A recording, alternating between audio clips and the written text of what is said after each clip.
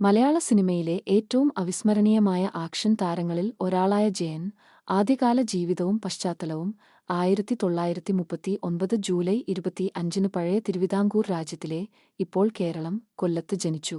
മാതാപിതാക്കൾ മാധവൻ പിള്ളയും ഭാരതിയമ്മയും. സിനിമകളിൽ പ്രവേശിക്കുന്നതിനു മുമ്പ് അദ്ദേഹം ഇന്ത്യൻ നാവികസേനയിൽ സേവനമനുഷ്ഠിച്ചു. മാസ്റ്റർ ചീഫ് പെറ്റി ഓഫീസർ പദവിയിലേക്ക് ഉയർന്നു. അദ്ദേഹത്തിന്റെ സ്റ്റേജ് നാമം ജയൻ, വിജയി എന്നർത്ഥം മുതിർന്ന നടൻ ജോസ് പ്രകാശ് നിർദ്ദേശിച്ചു.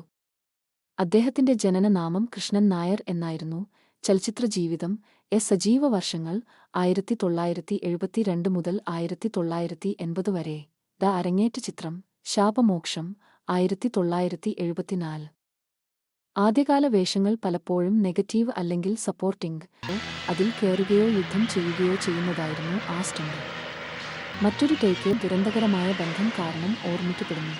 അദ്ദേഹത്തിന്റെ മരണത്തെക്കുറിച്ച് കിംവദന്തികൾ, ഊഹാപോഹങ്ങൾ, ഗൂഢാലോചന സിദ്ധാന്തങ്ങൾ എന്നിവയും ഉണ്ടായിട്ടുണ്ട്. ചില അനുമാനിക്കപ്പെടുന്ന ദുരുപയോഗങ്ങൾ, അല്ലെങ്കിൽ അദ്ദേഹത്തിന്റെ മരണം കെട്ടിച്ചമച്ചതോ മറച്ചുവെച്ചതോ ആണെന്ന് കരുതപ്പെടുന്നു. പൈതൃകവും സ്വാധീനവും മലയാള സിനിമയുടെ ആദ്യത്തെ യഥാർത്ഥ ആക്ഷൻ ഹീറോ ആയി ജയനെ പരക്കെ കണക്കാക്കപ്പെടുന്നു. മരിച്ച പതിറ്റാണ്ടുകൾക്ക് ശേഷവും മലയാള ചലച്ചിത്ര സംസ്കാരത്തിൽ അദ്ദേഹം ഒരു സ്റ്റൈൽ ഐക്കണും പുരുഷത്വത്തിന്റെ പ്രതീകവുമായി തുടരുന്നു. പിൽക്കാല അഭിനേതാക്കൾ ആക്ഷൻ വേഷങ്ങൾ, സ്റ്റണ്ട് സീക്വൻസുകൾ, വസ്ത്രധാരണം, ഭാവം, സ്ക്രീനിലെ സാന്നിധ്യം എന്നിവയെ എങ്ങനെ സമീപിക്കുന്നു എന്നതിൽ അദ്ദേഹത്തിന്റെ സ്വാധീനം കാണാം. ജയനെ പ്രധാന വേഷങ്ങളിൽ അവതരിപ്പിച്ചേക്കാവുന്ന ചില പ്രോജക്റ്റുകൾ അദ്ദേഹത്തിന്റെ മരണശേഷം മറ്റ് അഭിനേതാക്കളുടെ അടുത്തേക്ക് പോയി. ഇത് മലയാള സിനിമയുടെ പാത മാറ്റിമറിച്ചു. ചലച്ചിത്ര ചരിത്രകാരന്മാരും ആരാധകരും പലപ്പോഴും എന്തായിരുന്നെങ്കിൽ ജയൻ കൂടുതൽ കാലം ജീവിച്ചിരുന്നെങ്കിൽ എന്ത് നേടുമായിരുന്നു എന്നതിനെക്കുറിച്ച് അനുമാനിക്കുന്നു. അദ്ദേഹത്തിന്റെ ചരമവാർഷികത്തിൽ ആരാധകർ അദ്ദേഹത്തെ അനുസ്മരിക്കുന്നു. കേരളത്തിൽ അദ്ദേഹത്തിന് ഇപ്പോഴും ഒരു ആവേശകരമായ ആരാധകവൃന്ദമുണ്ട്. ജയന്റെ സിനിമാ ജീവിതം താരതമ്യേന ചെറുതായിരുന്നു. 1970കളുടെ മധ്യം മുതൽ 1980 വരെ. പക്ഷേ ആ കാലയളവിൽ അദ്ദേഹം ധാരാളം സിനിമകളിൽ അഭിനയിച്ചു. ചില ശ്രദ്ധേയമായ സിനിമകളും വേഷങ്ങളും ചുവടെ. 1974 ശാപമോക്ഷം നായകൻ പിന്തുണ അദ്ദേഹത്തിന്റെ ആദ്യ ചിത്രം. 1977 രണ്ട് ലോകം നായകൻ പിന്തുണ അദ്ദേഹത്തിന്റെ മുൻകാല ചിത്രങ്ങളിൽ ഒന്ന്. 1978 തച്ചോളി അമ്പു സഹനായകൻ അദ്ദേഹത്തിന്റെ ആദ്യകാല മുന്നേറ്റ ചിത്രങ്ങളിൽ ഒന്ന്. 1979 ശരപഞ്ചരം പ്രതിയോഗി ഇത് ഒരു പ്രധാന വഴിത്തിരിവായിരുന്നു. അംഗീകാരം നേടിയ ഒരു നെഗറ്റീവ് വേഷം അദ്ദേഹം അവതരിപ്പിച്ചു. 1980 ചാകര ലീഡ് അദ്ദേഹത്തിന്റെ ജനപ്രീതി വർദ്ധിപ്പിച്ച ഒരു ആക്ഷൻ നാടക ചിത്രം. 1980 നായാട്ട് പോലീസ് ഓഫീസർ നായകൻ അദ്ദേഹത്തിന്റെ 100ാമത്തെ ചിത്രം. സഞ്ജീറിന്റെ റീമേക്ക്. 1981 മരണാനന്തരം കോളിളക്കം നായകൻ ഷൂട്ടിങ്ങിനിടെ അദ്ദേഹം മരിച്ച ചിത്രം. മൊത്തത്തിൽ ഉറവിടങ്ങൾ വ്യത്യാസപ്പെടുന്നു. ചിലർ 120ലധികം സിനിമകൾ അഭിനയിച്ചുവെന്ന് പറയുന്നു, മറ്റുള്ളവർ 150ലധികം സിനിമകൾ അഭിനയിച്ചുവെന്ന് അവകാശപ്പെടുന്നു. പല സിനിമകളും ആക്ഷൻ നാടക വിഭാഗത്തിലായിരുന്നു. പലപ്പോഴും ധീരമായ സ്റ്റണ്ടുകൾ, മാക്കോ വ്യക്തിത്വങ്ങൾ അല്ലെങ്കിൽ ശക്തമായ ശാരീരികക്ഷമതയും ശൈലിയും ഉൾക്കൊള്ളുന്ന വേഷങ്ങൾ ഉണ്ടായിരുന്നു.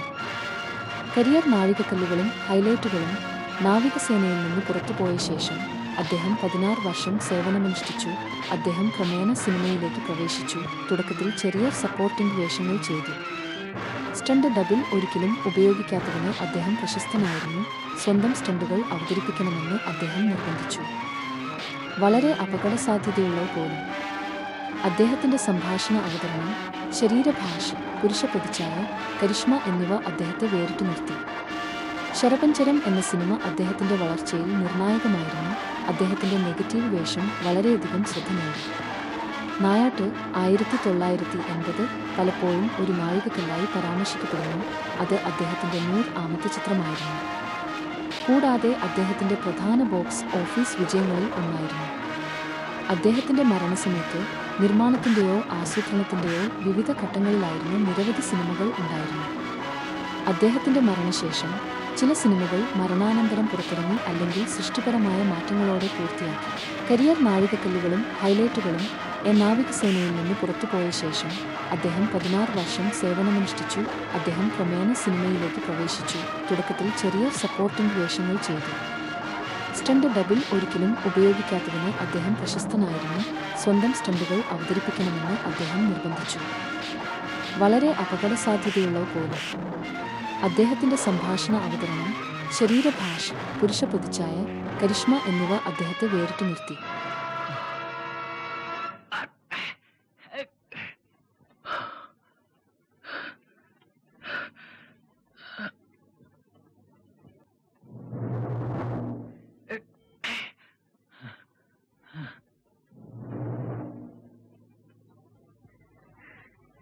ഇനി നമ്മൾ നിങ്ങൾ അടിക്കൂല. സിംഹക്കുട്ടികളെ അടിക്കാൻ നമ്മളെ കിട്ടൂല. നിങ്ങൾ വീറുള്ളവനാ, അതായത് നമ്മുടെ വർഗം. ഏത് ഇനി നിങ്ങൾ ഇങ്ങോട്ടടിച്ചാലും നമ്മൾ തിരിച്ചടിക്കൂല.